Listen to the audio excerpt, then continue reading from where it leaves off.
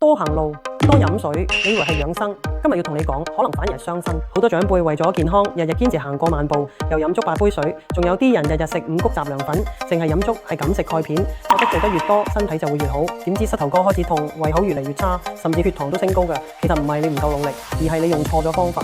5穀雜糧磨成粉之後呢，膳食纖維會被破壞嘅，剩翻澱粉同糖呢，血糖升得好快，反而增加糖尿病風險。日日淨係飲粥，老人家消化慢，營養跟唔上，會越食越瘦啦。咁亂補維生素 C， 胃潰瘍嘅人仲會刺激到呢病情加重，補過量仲有機會生腎石。外都唔係補得越多越好嘅，一日額外補300到700毫克就夠嘅。咁多咗呢，反而影響鐵同鋅吸收呢，仲會引發高鈣血症。飲水都一樣嘅。咁其實三餐入邊咧已經有水分咧，額外就補1000毫升左右咧就夠。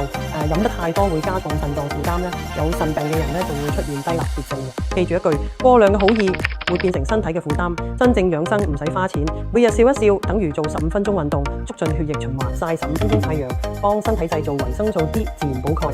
瞓覺前用40度以下熱水浸腳15至20分鐘，改善心血管，幫助入睡。多喐手指，多讀書，刺激大腦血液循環，預防腦退化。